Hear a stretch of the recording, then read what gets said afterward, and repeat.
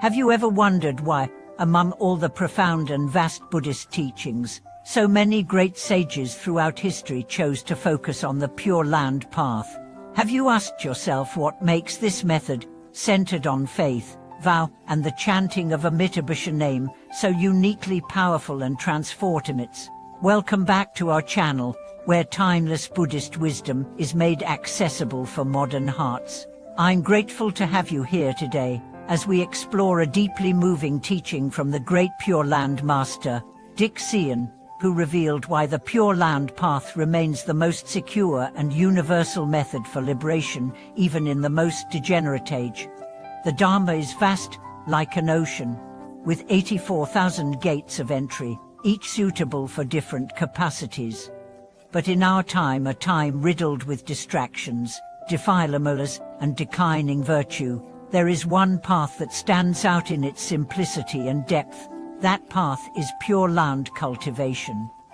And as Master Dixian emphasized, it is not a path for the weak, but for those who understand the difficulty of liberation and the urgency of faith. Let's begin with the core truth. All suffering stems from samsara, the endless cycle of birth and death. And what sustains samsara? The defilements of the mind, greed, anger, ignorance, pride, doubt. As long as even a single thread of these remains uncut, rebirth continues. Liberation requires their complete eradication. That is the difficulty of relying on self-power alone. This is where Master Dixian's teaching pierces deeply. He taught that while self-effort through meditation, wisdom, and discipline is noble, it is also incredibly hard, especially in this era. The modern mind is restless. The distractions are endless, the temptations are subtle and sticky. We may vow to meditate, but our minds wander. We may vow to observe precepts, but our cravings resurface. In such a time, relying solely on our effort is like trying to sail a paper boat across a stormy sea. But Amitabha Buddha, in his infinite compassion, created a vessel sturdy enough for all beings. That vessel is his vow. The 18th vow in particular promises that any being who sincerely chants his name even 10 times with faith and the wish to be reborn in his pure land will be received and reborn there. This is not a myth. It is a living contract of compassion between Amitabha and sentient beings. And Master Dixian, with his deep realization, made this clear. Liberation is possible through other paths, but rebirth in the Pure Land through a Mittabusha vow is the safest, most direct, and most inclusive way to escape samsara. Let's reflect on the idea of relying on other power versus self-power.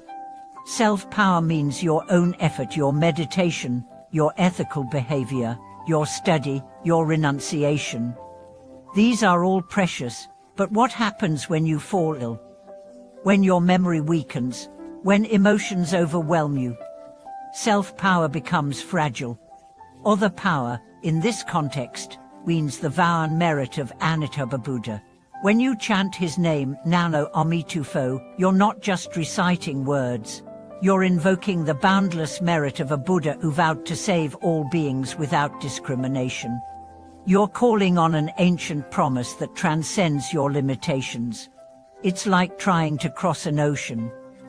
Self-power is swimming, other power is stepping onto a great ship. The ship doesn't negate your effort, you still have to board it, stay on it, trust it, but it carries you across in a way your own strength never could. There's a story of an elderly woman who had never studied scriptures, never practiced advanced meditation. But every day, she chanted Namo Amitufo with her whole heart.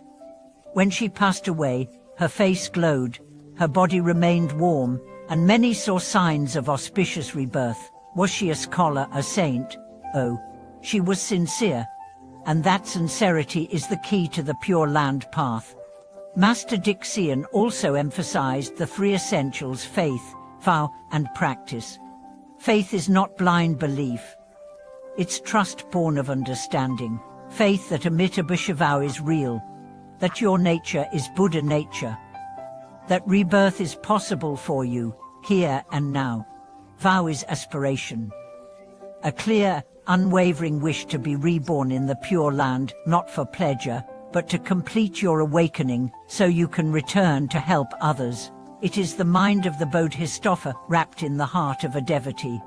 Practice is chanting the Buddha's name. Not mechanically, but with mindfulness, emotion, and longing. Each recitation is a step toward the West, a seed planted in the soil of your future awakening.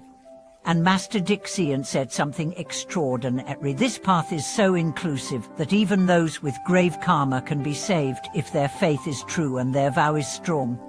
He gave this example: imagine a room filled with darkness. For thousands of years, it's been sealed.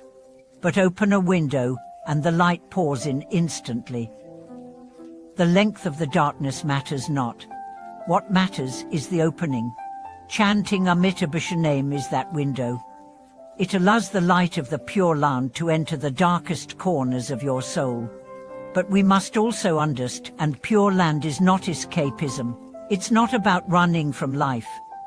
It's about preparing for rebirth in a realm where awakening is swift, conditions are perfect, and suffering is absent. It's about choosing the best environment for completing your journey and then returning to help others. That's the ultimate act of compassion. Master Dixian saw this. He saw that in a world spinning with confusion, the Pure Land is the compass pointing to peace. And if you wonder, but can I really be reborn there? The answer is yes, if you truly wish it, if you chant sincerely, if you trust the Buddha more than your doubts. Many people struggle with guilt. I've made too many mistakes. I'm not pure enough. I don't deserve salvation. But those thoughts come from ego, not from Dharma. Amitabha doesn't save the perfect. He saves the willing. Your past does not define your eligibility. Your sincerity does. Even if you can't chant 1,000 times, chant once with tears in your eyes and hope in your heart.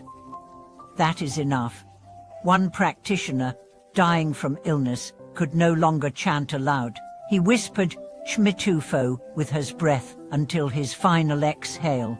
Those who were present said the room filled with warmth and peace. That's the power of this practice. So how do you begin? Set a small altar. A picture of Amitabha, a candle, incense. Begin with 10 recitations a day. Increase slowly. Let the name enter your breath, your thoughts, your dreams. Carry it with you while walking, cooking, waiting. And most importantly, make the vow, may I be reborn in the Western Pure Land. May I never forget this path. May I dedicate my rebirth not for escape, but to return and save all beings.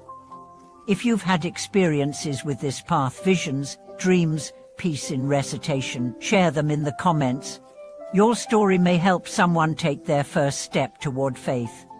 If this video gave you clarity, please like, subscribe, and hit the bell. Together, we build a community of light, walking toward the Pure Land with one voice, one vow, one heart. Thank you for watching this video. May your name be joined with Amitabha, your vow be steady, and your path be lit with the blessings of the Buddhas,